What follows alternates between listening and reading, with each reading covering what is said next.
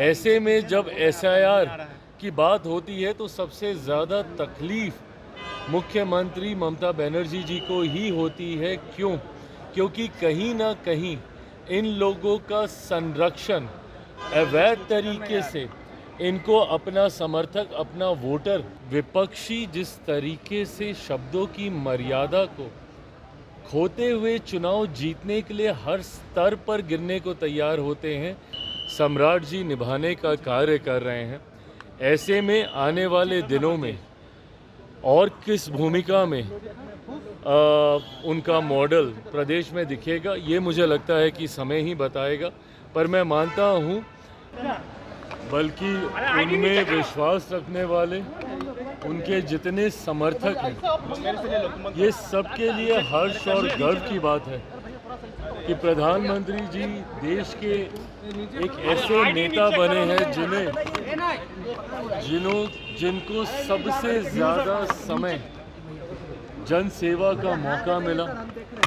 सरकार के शीर्ष नेतृत्व करते हुए उन्होंने जनता की सेवा में सबसे ज़्यादा समय बिताने का काम किया। मैं मानता हूं कि ये उनके समर्थकों के लिए और हम सब के लिए ये गर्व की बात है।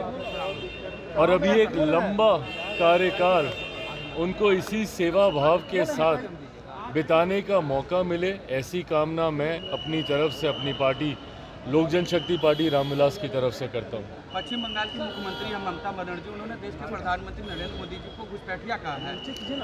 देखिए, अब चुनाव का समय है और ऐसे में भाषा की मर्यादा पुनः तार तार ना हो, इस बात का ध्यान रखने की ज़रूरत है। बिहार चुनाव में हम लोगों ने देखा कि किस तरीके से प्रधानमंत्री जी की मां तक को गाली दी गई। ऐसे में विपक्षी जिस तरीके से शब्दों की मर्यादा को खोते हुए चुनाव जीतने के लिए हर स्तर पर गिरने को तैयार होते हैं, ये गलत है।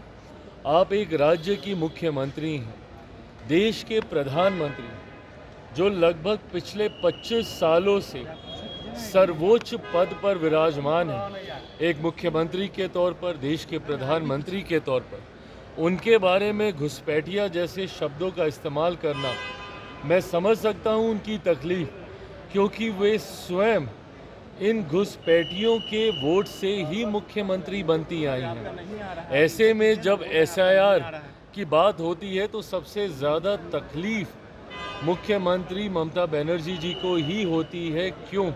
क्योंकि कहीं ना कहीं इन लोगों का संरक्षण अवैध तरीके से इनको अपना समर्थक, अपना वोटर बनाने का निरंतरता में जो प्रयास इनके द्वारा किया गया है, उस पे कहीं ना कहीं अंकुश लगाने का काम हमारी सरकार और चुनाव आयोग के द्वारा किया जा रहा है। ऐसे में ये तकलीफ उनकी सब समझ सकते हैं, पर प्रधानमंत्री के बारे में इस तरीके के शब्दों का इस्तेमाल करना कतई जायज़ नहीं। कृषि उत्पादन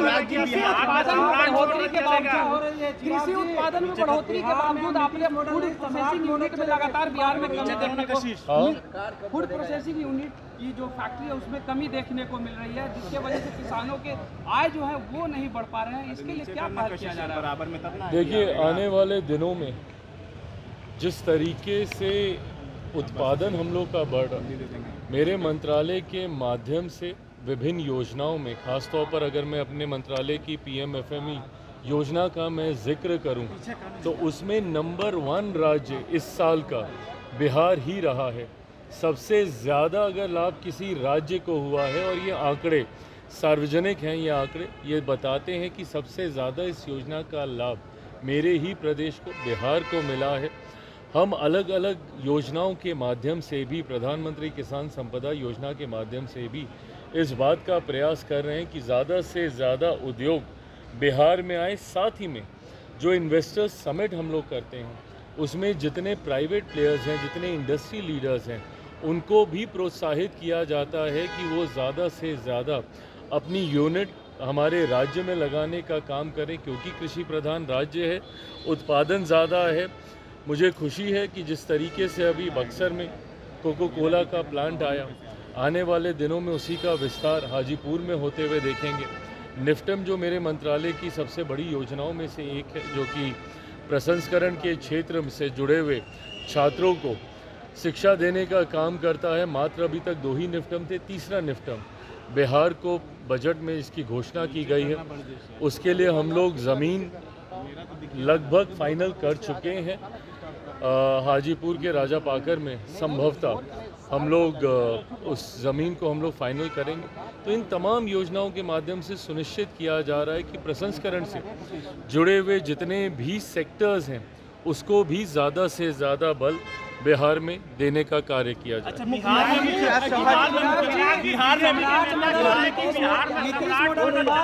सम्राट मॉडल की बात हो रही है, सम्राट मॉडल अच्छा काम कर रहा है।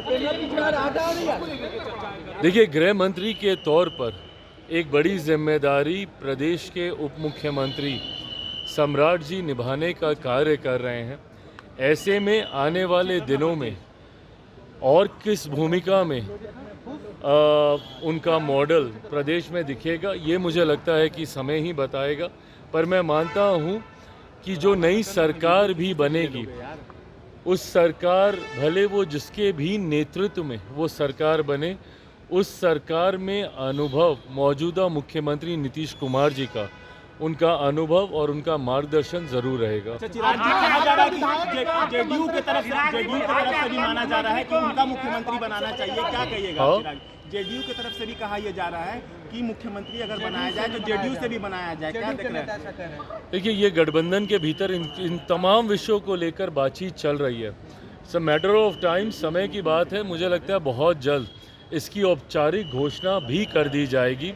कौन मुख्यमंत्री होगा, किस दल से मुख्यमंत्री होंगे, कौन उप मुख्यमंत्री होंगे, इन तमाम विषयों को लेकर गठबंधन के 5 दलों के भीतर चर्चाएं ही नहीं, मोटा मोटी सहमति भी बन चुकी है। मुझे लगता है बहुत जल्द इसकी औपचारिक घोषणा कर दी जाएगी, बहुत जल्द उसकी घोषणा की जाएगी। जैसा मैंने कहा, गठबंधन के भीतर मोटा मोटी इसको लेके सहमति बन चुकी है, बहुत जल्द इसकी औपचारिक ने धमकी दी है, ईरान को कहा है कि हुर्मुज का गेट अगर नहीं खोला गया तो फिर ईरान को तबाह कर दिया जाएगा। देखिए, मुझे लगता है कि ये विदेशी कूटनीति का विषय है, इसमें बहुत ज़्यादा चर्चा करने का कोई मतलब नहीं है। हमारी सरकार हर विषय पर नज़र बनाए हुई है।